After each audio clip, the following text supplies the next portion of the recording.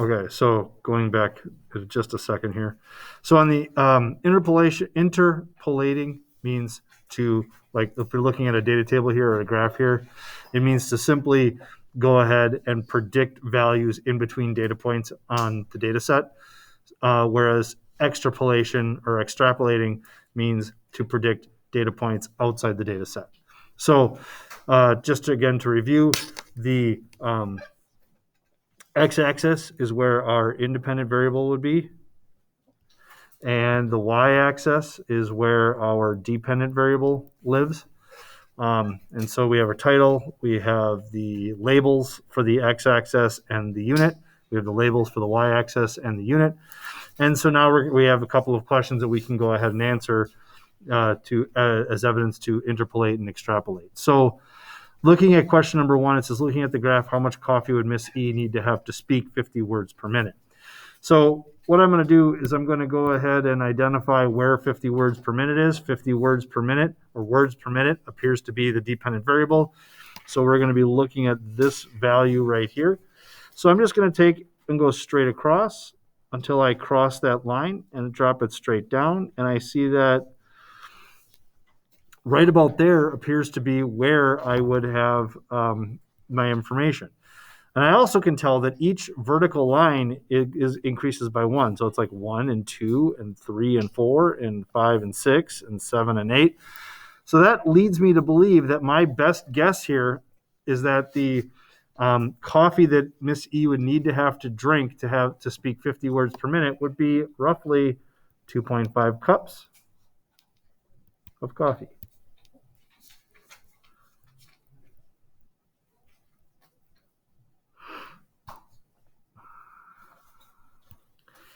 All right, so then the next question says, looking at the graph, at what rate would Miss E speak if she had 7 cups of coffee? So I'm going to go across and see where 7 is, and I'm going to take that and go straight up.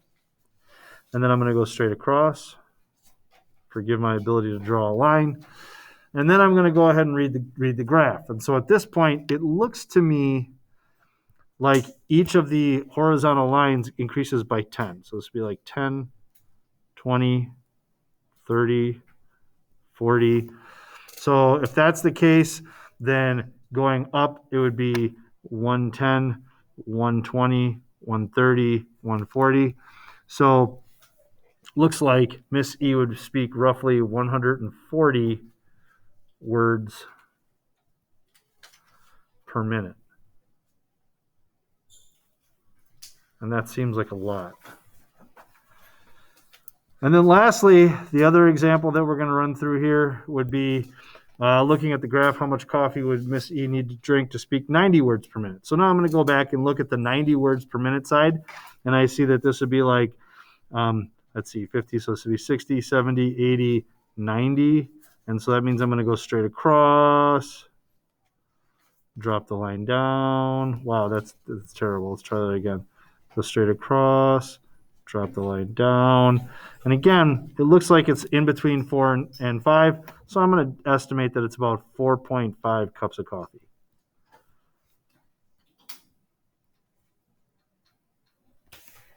Now,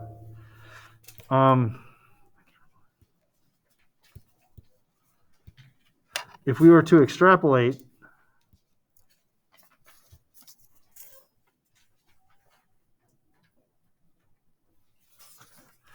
so at some point or another, I want to like kind of show you which one is extrapolating and which one is interpolating. So it looks to me like extrapolating, oops, wrong one. Extrapolating, again, is the one that occurs outside the data set. So that means like number 2, I'd be extrapolating because my value was outside the data set. Whereas interpolating is values in between points on my data set. So that would be like number 1 and number 2 would be examples of interpolating. Does that make a little bit of sense? Hopefully. Okay. All right. We can also interpolate and extrapolate when we don't actually have a graph, but we have a data table. So in this case here, again, just to kind of refresh our memory, My independent variable is the time, and my dependent variable would be position. I can see some things by reading this data table that time increases by whole seconds. So it goes 1, 2, 3, 4, 5. And it looks like the position also tends to increase by the round number of 10, 10, 20, 30, 40, 50, etc. But the question that we are being asked is, what would be the position at 3.5 seconds? And since I don't have 3.5 seconds, I'm going to do my best to make an educated guess. So if this is 3.5 seconds, what would be my position? I'm going to estimate that it'd be, if 3.5 is halfway between 3 and 4, then I have to be halfway between 30 and 40. So I'm going to estimate this is about 35 meters. Now, the next one is also one where you could do what we just did. We could predict it out that way. And I think that most of us could probably look at that and figure it out. But I want to show you a foolproof way, especially if the values aren't as round and nice and neat as as they are here. So what I'm going to do is I'm going to pick one point or one particular piece of data, and I'm going to do 5 and 50. So I'm going to take 5 seconds and put it over 50 meters. And then I'm going to set up a proportion because it wants me to figure out the time at a position of 80 meters. So I'm going to put 80 meters on the bottom and solve for x. And through the magic of cross multiplication, 5 times 8 is 40, right? So it's like 400 is equal to 50x.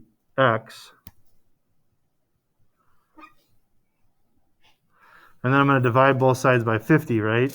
So 400 divided by 50 is, if I remember correctly, seems like it would be right around 8 seconds would equal x. So in this case, I divided both. I did a little bit of math. I took one time in position, and then I set up a proportion with what I wanted to find. But another way you could have done it is you could have said, well, if we go up by seconds, 1, 2, 3, 4, 5, 6, 7, 8, right? I could say 10, 20, 30, 40, 50, 60, 70, 80. And I would note that it would be 8 seconds would be equal to the position at 80 meters. Both are good ways to do it, but the way that I just showed you is a good way to do it, especially if the numbers aren't as clean as going up by tens. All right, and then one last slide. One last one. Here we go. So those were simple data sets. Now we need to do a little bit slightly more complicated data sets. So in this case, I need to answer questions based off of 2 different pieces of information. One of them is a data table and one of them is a graph. And I need to use both of them to answer each question individually. So the first thing I'm going to do is I'm going to take an assessment as to what I have.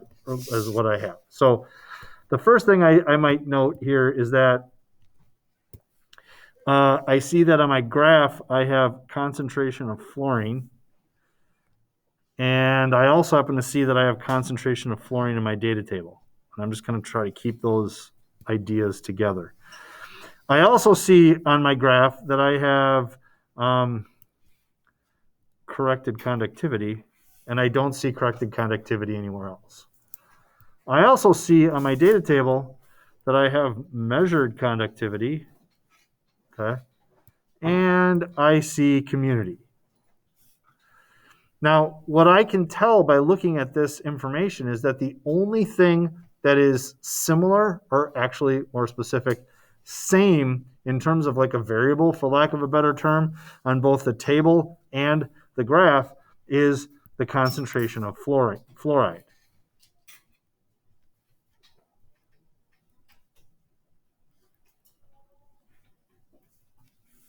Okay.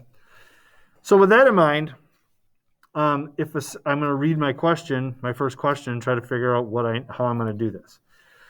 If a sample has a corrected conductivity, so corrected conductivity, I use this color, corrected conductivity, of 2.5 microseconds per centimeter. Which community did it most likely come from? So I got to figure out community. And there's no direct relationship between corrected conductivity and community that I can tell just by looking at the data. So what I'm going to do is I'm going to read the graph and see if I can figure it out. So I have a corrected conductivity of 2.5. It looks like the scale goes 1, 2, 3, 4, 5. So I'm going to estimate 2.5 would be like right here. And I'm going to go up and over, up and over. And I'm going to see that the concentration of fluoride on the graph is 1.5.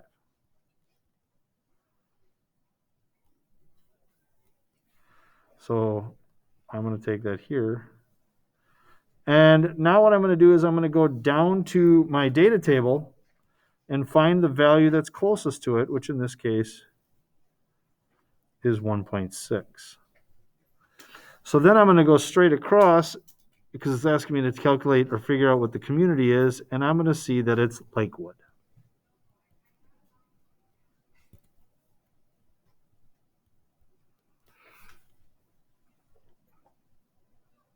So I used information from one piece of data to get information off of another piece of data. And so in the next one, the next example, similar. What would be the corrected conductivity? So I'm looking for corrected conductivity for Newtown. And so this time I'm going to do the same thing, but I'm going to go backwards. So Newtown has a concentration of fluoride to be 3.8 because that's the one thing that links these two pieces of data together. So I have 3.8 milligrams per liter. And like I said, that's the one thing that's going to link these two tables together.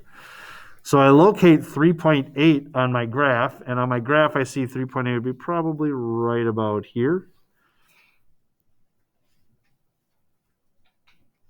And so I'm going to go straight across, go straight down. And it looks like it's not quite 6.5, so I'm going to estimate it's like 6.3 maybe. And that looks like the unit would be microseconds per centimeter.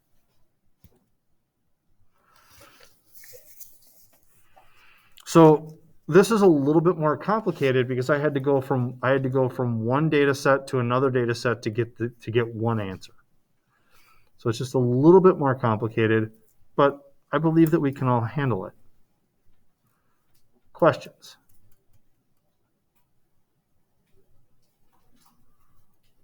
Okay, very good.